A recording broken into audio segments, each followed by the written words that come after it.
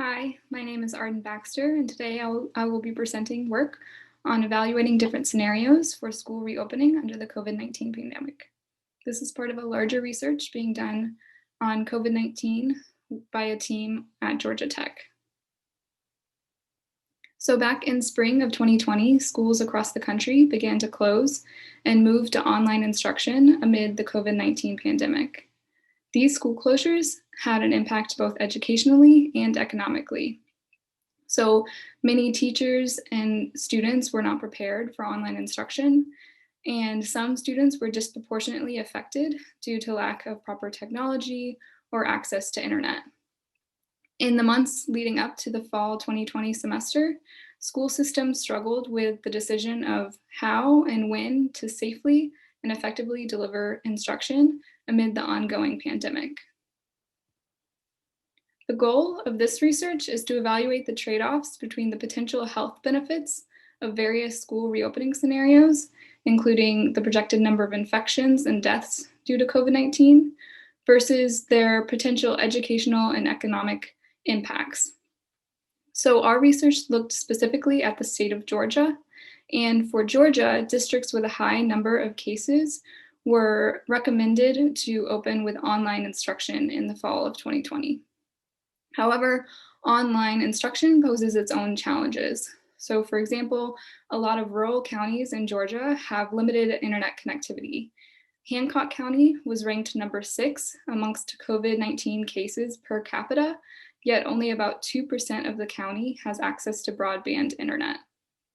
Further, over half of children in Georgia are eligible for free and reduced school fee lunches, which is one of the many school system resources that some families rely on.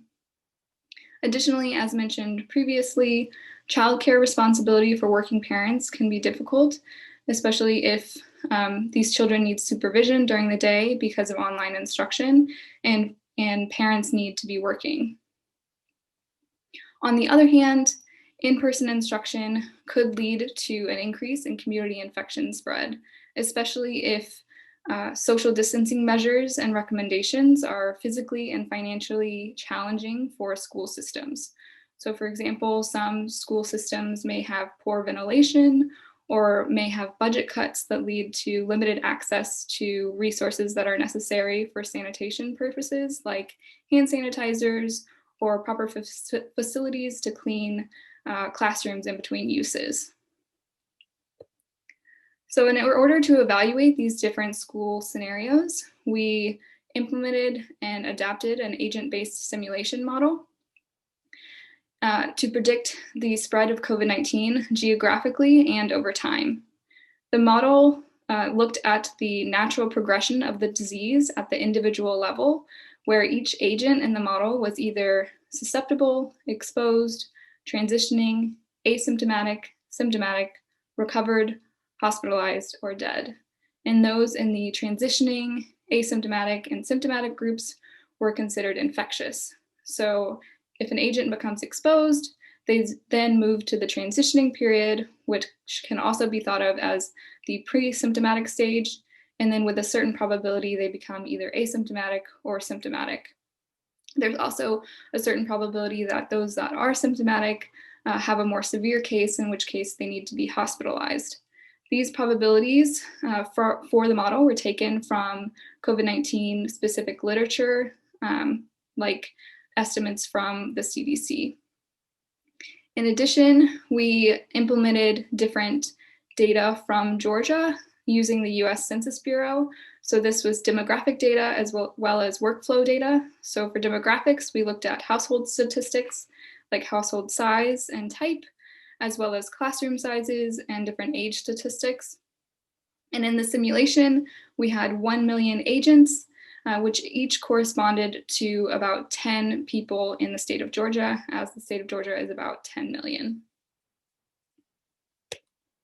So in addition, the study population was divided into different age groups. So we had 0 to 9-year-olds, 10 to 19-year-olds, 20 to 64-year-olds, and 65 years and older. And there was various levels of heterogeneous population mixing amongst these groups. So the different levels we considered were community mixing, both day and night, peer group interactions, which included workplace and school, and household interactions, which happened during the night. In addition, because we were looking at school reopening scenarios in particular, we tracked the status of 0 to 9-year-olds and 10 to 19-year-olds and updated these depending on which scenario we were considering. So for example, if our scenario had students receiving online instruction, then the peer group interaction that represented school interactions was deactivated in the simulation.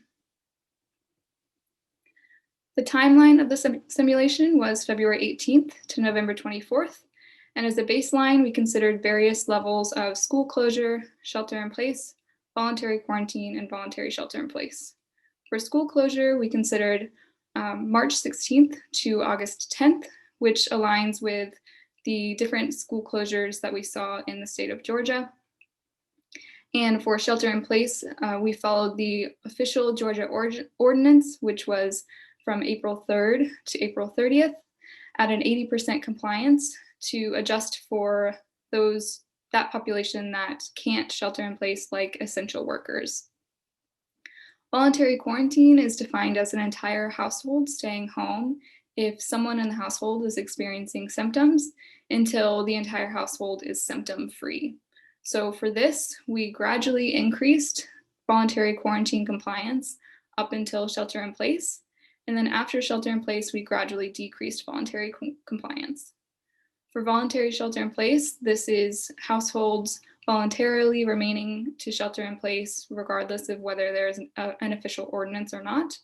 And we assumed that there was a 60% compliance after the end of the shelter in place ordinance, and then gradually decrease this over the consecutive weeks. For our estimates on the compliance levels for voluntary quarantine and voluntary shelter in place, we considered these based on the Georgia social mobility indicators. So on top of this base scenario, we then implemented our school reopening scenarios starting on August 10th. And for these scenarios, we considered 5 different scenarios based on our discussions with different school systems and what had come out as potential plans for the fall 2020 semester. So the first one is just schools closed all completely, where all students receive online instruction. We also looked at an alternating school day for younger children schedule, where children 10 years or younger return to in-person instruction while following an alternating school day, where an alternating school day means that half of the students receive in-person instruction on Mondays and Wednesdays, and the other half on Tuesdays and Thursdays. We also looked at only allowing children 10 years or younger to return to in-person instruction, while all other age groups received online instruction, and this is referred to as the younger children only schedule. And then finally, as a baseline, we considered the regular schedule, which means all students return to in-person instruction. So this is the same as what was occurring before the school closures in the spring of 2020. So here are our first set of results. We're showing the daily new COVID-19 infections under the regular schedule and the alternating school day schedule.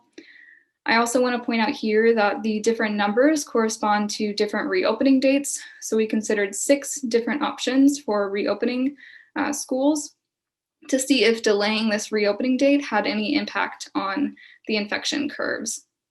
So as you can see, for the regular schedule, the date in which schools returned actually did make an impact. So it not only decreased the daily new COVID-19 infections, but also pushed them later, pushed the peak later, that is. And in the alternating school day schedule, the reopening date didn't have much of an impact on the overall curves. But we do see that the alternating school day performed much better than the regular schedule, and performed almost as well as schools closed completely, which is the bold red line in that graph. So here we're comparing the younger children only schedule with the alternating school day schedule. And as you can see, they're very, very similar. And here, the reopening date didn't seem to have much of an impact on the overall daily number of new COVID-19 infections. And again, both of these schedules are very close to schools being closed altogether, which shows that allowing only children 10 years or younger to return to in-person instruction is about as effective as allowing all ages to return to in-person instruction half of the time. Here, we didn't include the alternating school day for younger children schedule because it is very similar to these curves as well, and it only performed slightly better.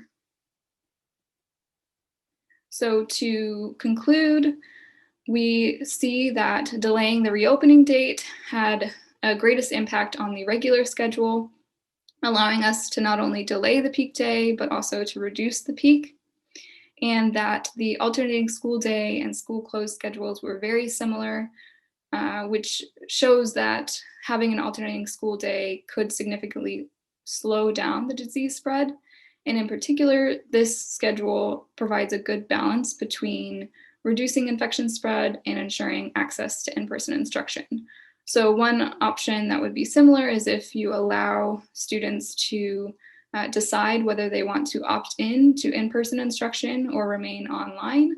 So here you're giving students the autonomy to decide what is better for their education, with the underlying knowledge that having some students remain online is beneficial in reducing the infection spread. I also wanted to give a brief overview of our model parameter estimates. I'm not going to go into them in much depth, but just to give an idea of what was populating the model. Again, we took a lot of these estimates from the COVID-19 literature and studies that were coming out in the past couple of months, as well as looking at what was happening in Georgia specifically. And our data sources, as mentioned previously, we use the US Census Bureau for a lot of the Georgia-specific data. We also looked at the New York Times number of cases and deaths at the county level to seed our model initially. And here are the references for the model parameters. And then I also wanted to talk a little bit about our model validation process. So to give you an idea of how our estimates compared to what was actually happening in Georgia. So here are some of our scenarios. And these predictions that are shown here are actually what was used to inform our base scenario, as previously mentioned.